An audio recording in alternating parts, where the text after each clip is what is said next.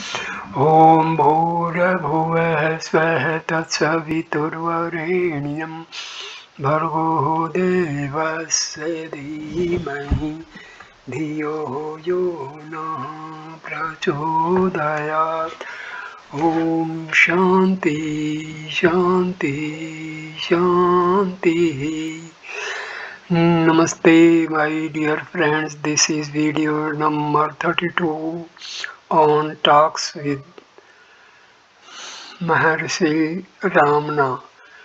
This video starts with talk number 447. Sri Bhagwan said that a saint Nama Shivaya who was formerly living in Arunachala must have undergone considerable difficulties, for he has sung a song saying, God proves the devotees by means of severe ordeals. A washerman beats the cloth on a slab not to tear it but only to remove the dirt. 25th January 1938, talk number 448. Literal translation of Namdev's philosophy of the divine name. Number 1. The name permeates densely the sky and the lowest regions and the entire universe. Who can tell to what depths in the nether regions and what height in the heavens it extends? The ignorant undergo the 84 lakhs of species of birth, not knowing the essence of things.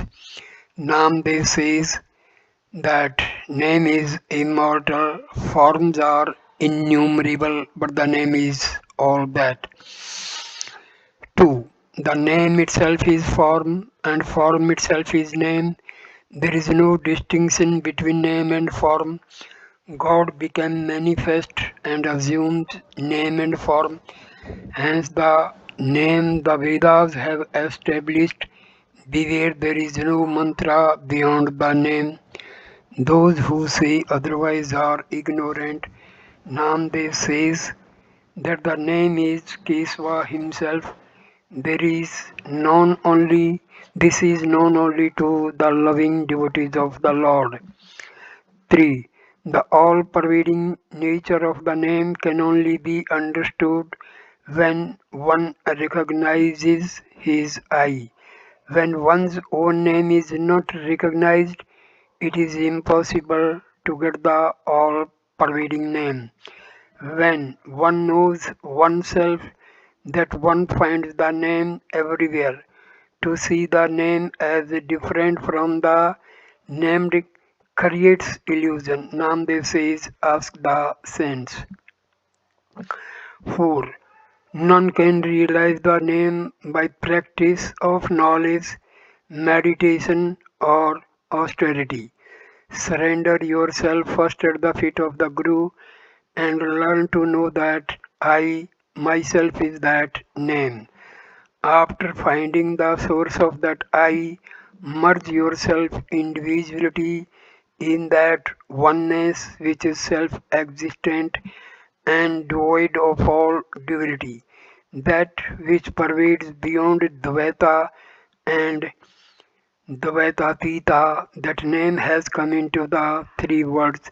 The name is Prabrahman itself, where there is no action arising out of duality. When Sri Bhagwan had read this, a certain musician came into the hall and began to sing Tyagaraja Kirtanas in Telugu. One of them says, find the source of the sound which is transcendental, Mooladhara Sabda, by diving deep like a pearl diver diving for pearls. Then again another song was for a man who has controlled his mind. Where is the use of tapasya? Give up I am the body idea and realize I am not Thou art all. This song was translated to Mr. ZD, who was then in the hall. Mr. ZD asked, is it necessary to control one breath? What becomes of the man who has not practiced breath control? Maharshi replies, breath control is only an aid for diving deep. One may as well dive down by control of mind. On the mind being controlled, the breath becomes controlled automatically. One need not attempt breath control, mind control is enough. Breath control is recommended for the man who cannot control his mind straightway. Na ahem, I am not this, corresponds to Rechaka. Koham, who am I? Search for the I, corresponds to Purka. Soham, he am I. The self alone corresponds to Kumbhaka. So these are the functions of pranayama. Again the three formulae are na ahem not I, ka ahem who I, sa ahem he I.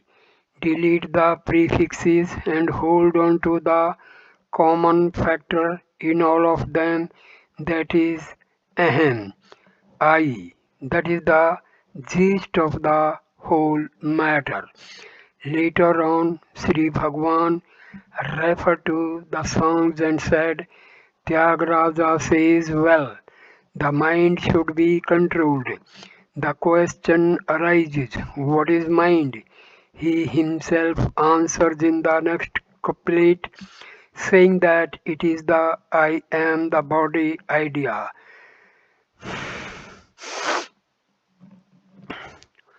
The next question is how the control is effected. He answers again, saying, by complete surrender, realize that I am not and that all is He. The song is fine and compact. He also mentions the other method, namely control of breath. 31st January 1938, talk number 449.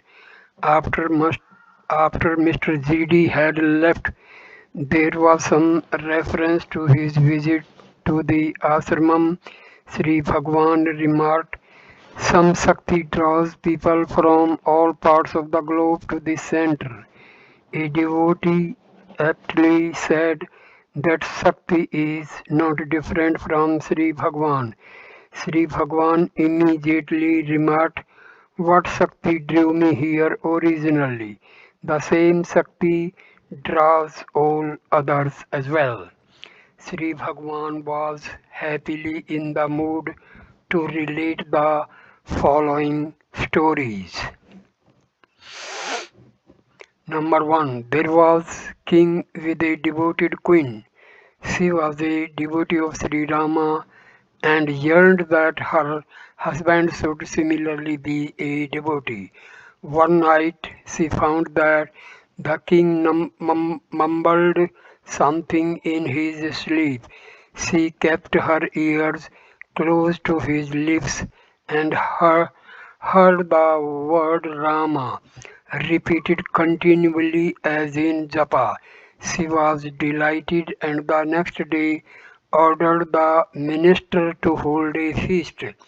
The king, having partaken of the feast, asked his wife for an explanation. She related the whole occurrence and said that the feast was in gratitude to God for the fulfillment of her long cherished wish. The king was, however, annoyed that his devotion should have been found out. Some say that having thus betrayed God, he considered himself unworthy of God and so committed suicide. It means that one should not openly display one's pity. We may take it that the king told the queen not to make a fuss over his pity, and they then lived happily together.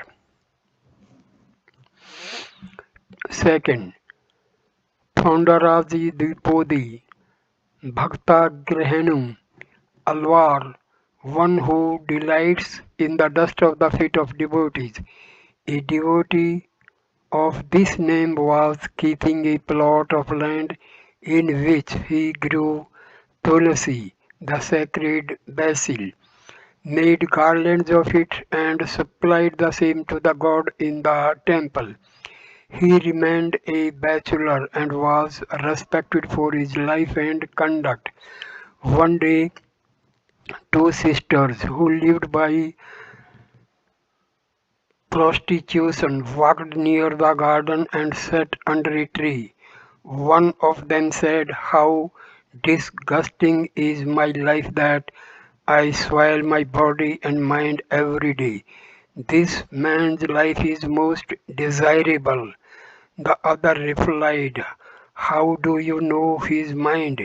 Maybe he is not as good as he appears to be.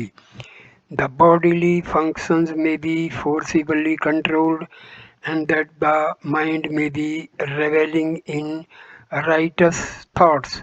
One cannot control one's vasanas as easily as the physical frame." The former said, "The actions are only the indices of the mind. His life shows his mind to be pure." The other said, "Not necessarily. His mind has not been proved as yet." The first challenged her to prove his mind. She accepted. The second desired to be left alone with only a shred of garment in which to clothe herself. The first sister returned home, leaving the other alone with flimsy clothing. As the latter continued to remain under the tree, she appeared penitent and humble. The saint noticed her and approached her after some time. He asked what had happened to her that she looked so lowly. She pleaded penitence for her past life, desired to a purer and nobler life, and finished with a prayer to him to accept her humble services in the garden or attendance on himself. He advised her to return home and lead a normal life, but she protested, so he detained her for watering the tulsi plants. She accepted the function with delight and began to work in the garden. One rainy night, this woman was found standing under the leaves of thatched shed in which the saint was. Her clothes were dripping and she was shivering with cold. The master asked why she was in such a pitiable state. She said that her place was exposed to the rains, and so she sought shelter under the eaves, and that she would retire as soon as the rain ceased. He asked her to move into the hut and later told her to change her wet clothes. She did not have dry clothes to put on, so he offered her one of his own clothes. She wore it. Still later, she begged permission to massage his feet. He consented. Eventually, they embraced. The next day, she returned home, had good food, and wore fine clothes. She still continued to work in the garden. Sometimes she used to remain long in her home. Then this man began to visit her there until he finally lived with her. Nevertheless, he did not neglect the garden nor the daily garlands for God. There was public scandal regarding his change of life. God then resolved to restore him to his old ways and so assumed the shape of the saintly devotee himself. He appeared to the Dasi and secretly offered her a rich present, an anklet of gold. She was very pleased with it and hid it under her pillow. He then disappeared. All these were secretly observed by a maid servant in the house. The ornament was found missing in the temple. The worshipper reported the loss to the proper authorities. They offered a tempting reward for anyone who would give the clue for the recovery of the lost property. The maid servant afforded the clue and claimed the reward. The police recovered the ornament and arrested the Dasi, who said that the devotee gave her the same. He was then roughly handled. A supernatural voice said, I did it, leave him alone. The king and all others were surprised. They fell prostrate at the man's feet and set him free. He then led a better and nobler life. Number 3. Kodu Valley Siddhar was famed as a very austere hermit. He lived on the dry leaves fallen from trees. The king of the country heard of him, saw him, and offered a reward for the one who would prove this man's worth. A rich Dasi agreed to do it. She began to live near the recluse and pretended to attend on him.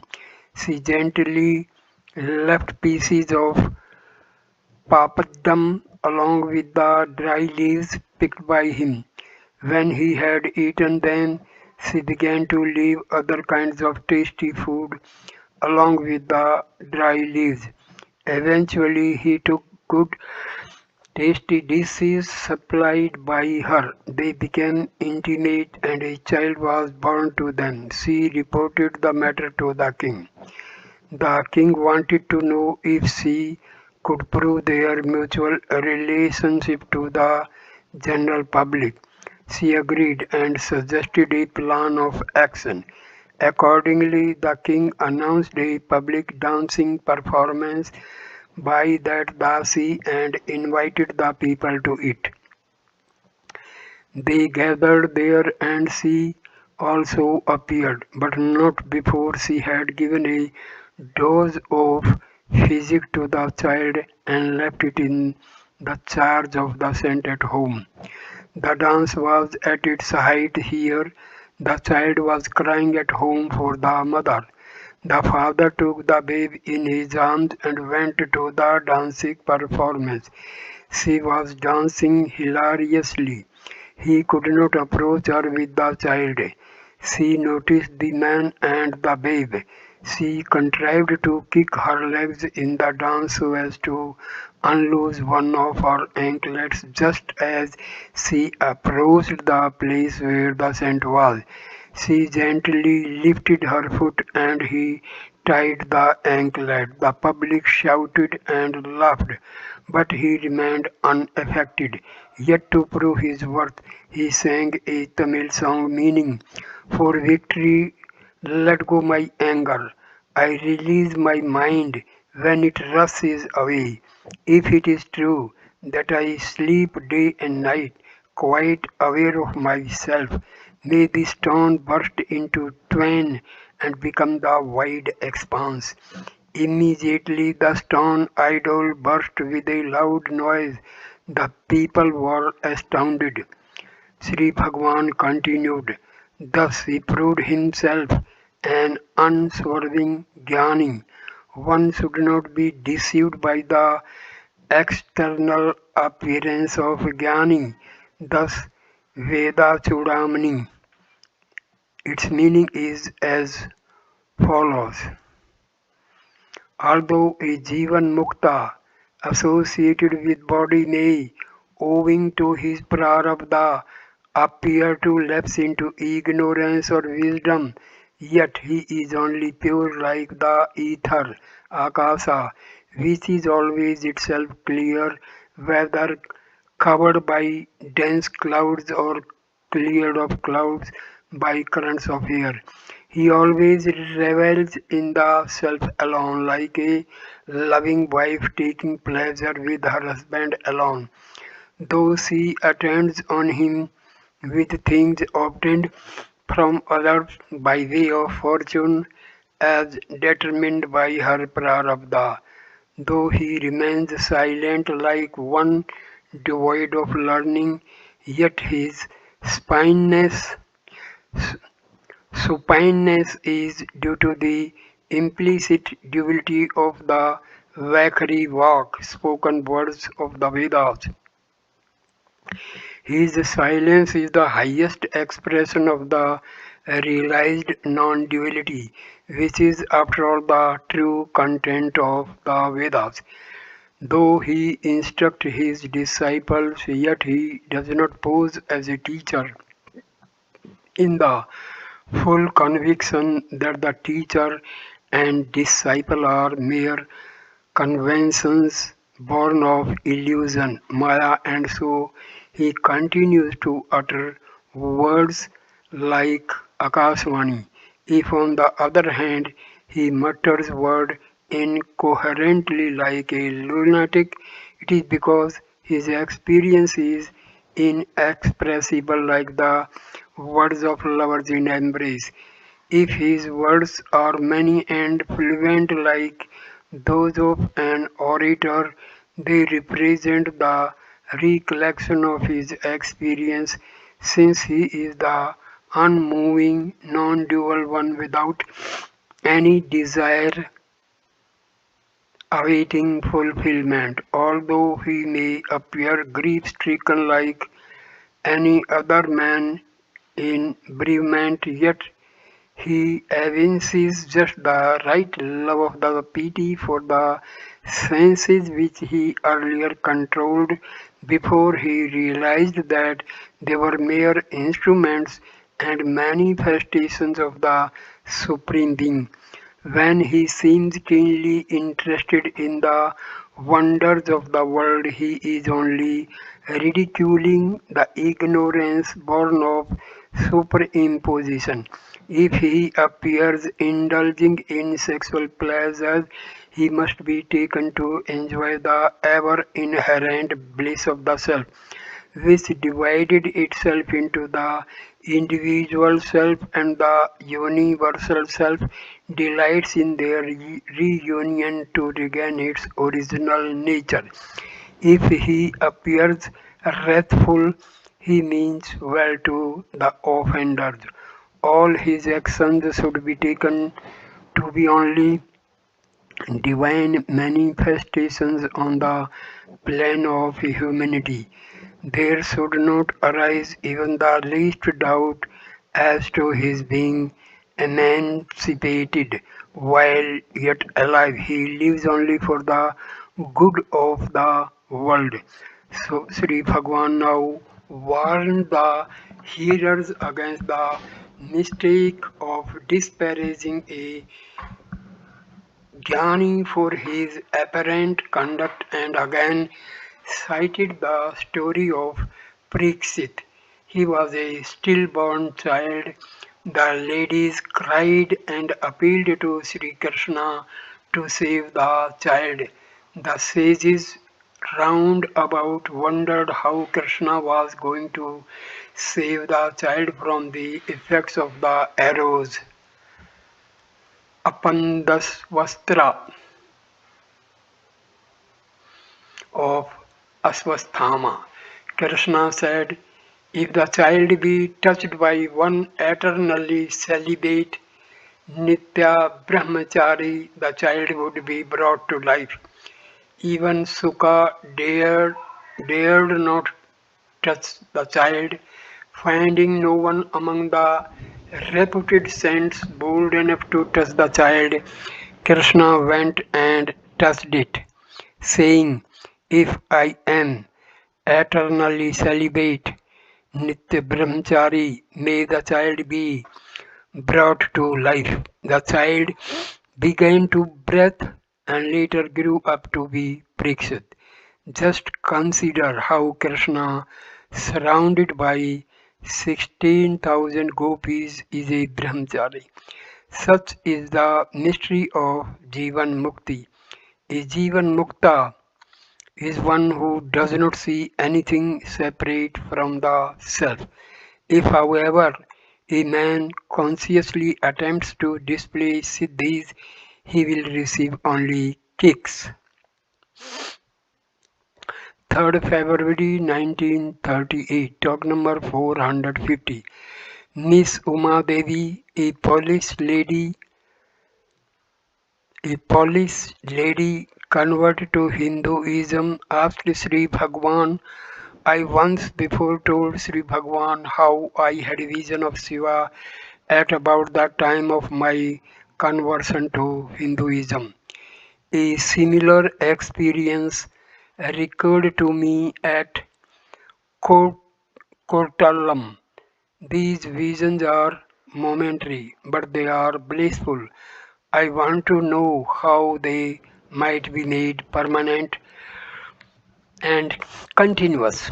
Without Shiva, there is no life in what I see around me. I'm so happy to think of him. Please tell me how his vision may be everlasting to me." Bhagwan, Maharshi replied, "You speak of a vision of Shiva. Vision is always of an object. That implies the existence of a subject. The value of the vision is the same as that of the seer. That is to say, the nature of the vision is on the same plane as that of the seer. Appearance implies disappearance also. Whatever appears must also disappear. A vision can never be eternal, but Shiva is eternal. The Prataksha vision of Shiva to the eye signifies the existence of the eyes to see, the buddhi intellect lying behind the sight, the seer behind the buddhi and the sight, and finally the consciousness underlying the seer. This Prataksha vision is not as real as one imagines it to be, because it is not intimate and inherent. It is not first hand. It is the result of several successive phases of consciousness.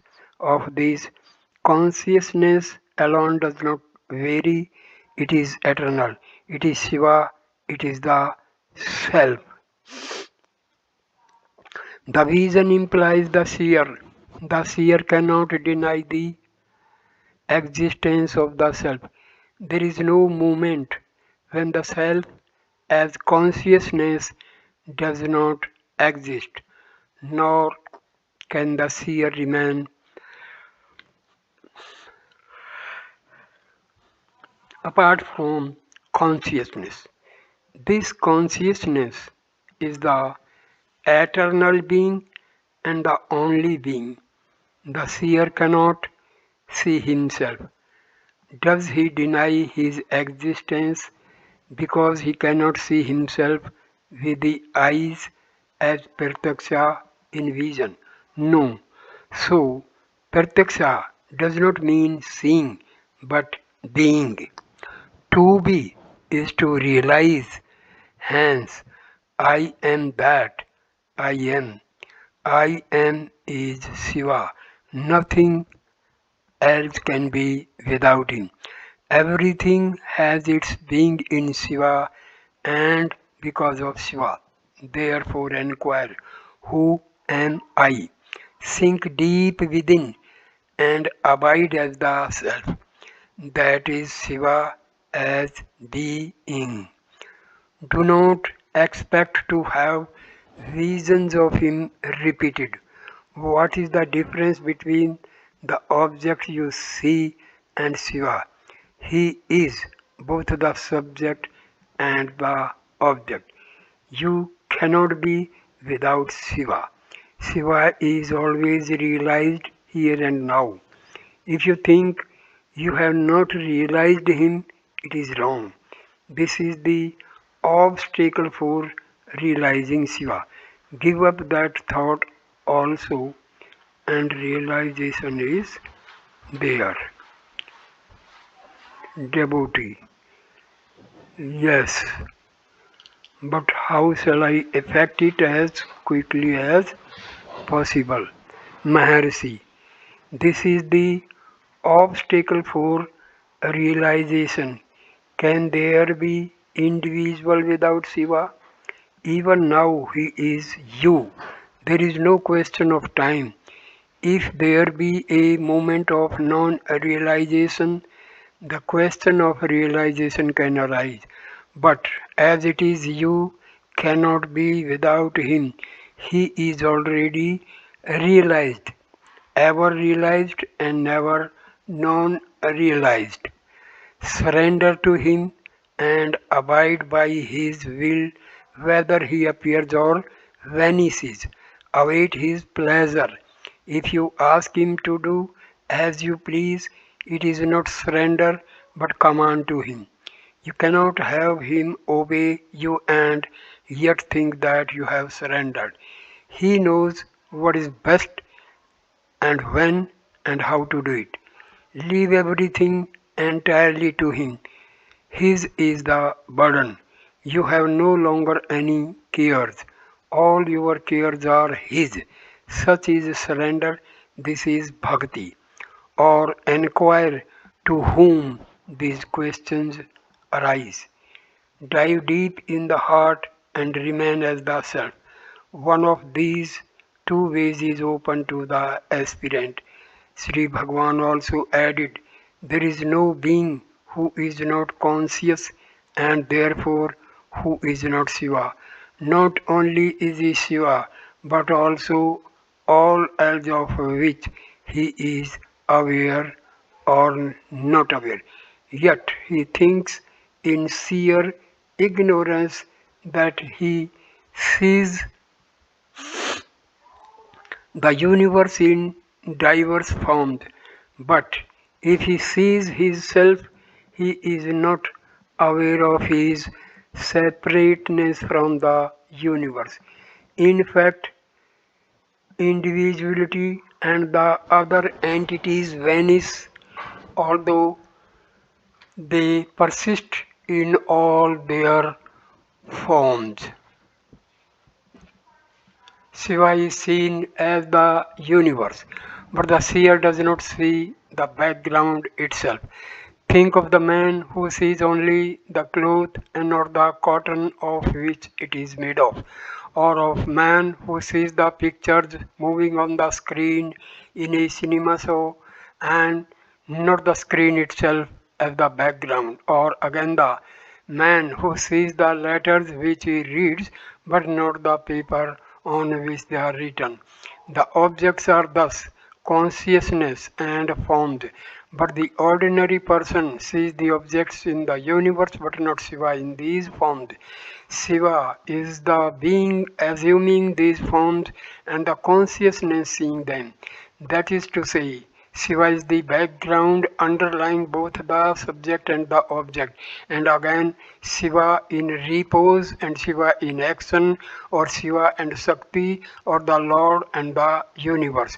Whatever it is said to be, it is only consciousness, whether in repose or in action. Who is there that is not conscious? So, who is not realized? How then can questions arise doubting realization or desiring it? If I am not Pratyaksha to me, I can then say that Shiva is not Pratyaksha. These questions arise because you have limited the self to the body. Only then the ideas of within and without, of the subject and object arise. The objective visions have no intrinsic value. Even if they are everlasting, they cannot satisfy the person.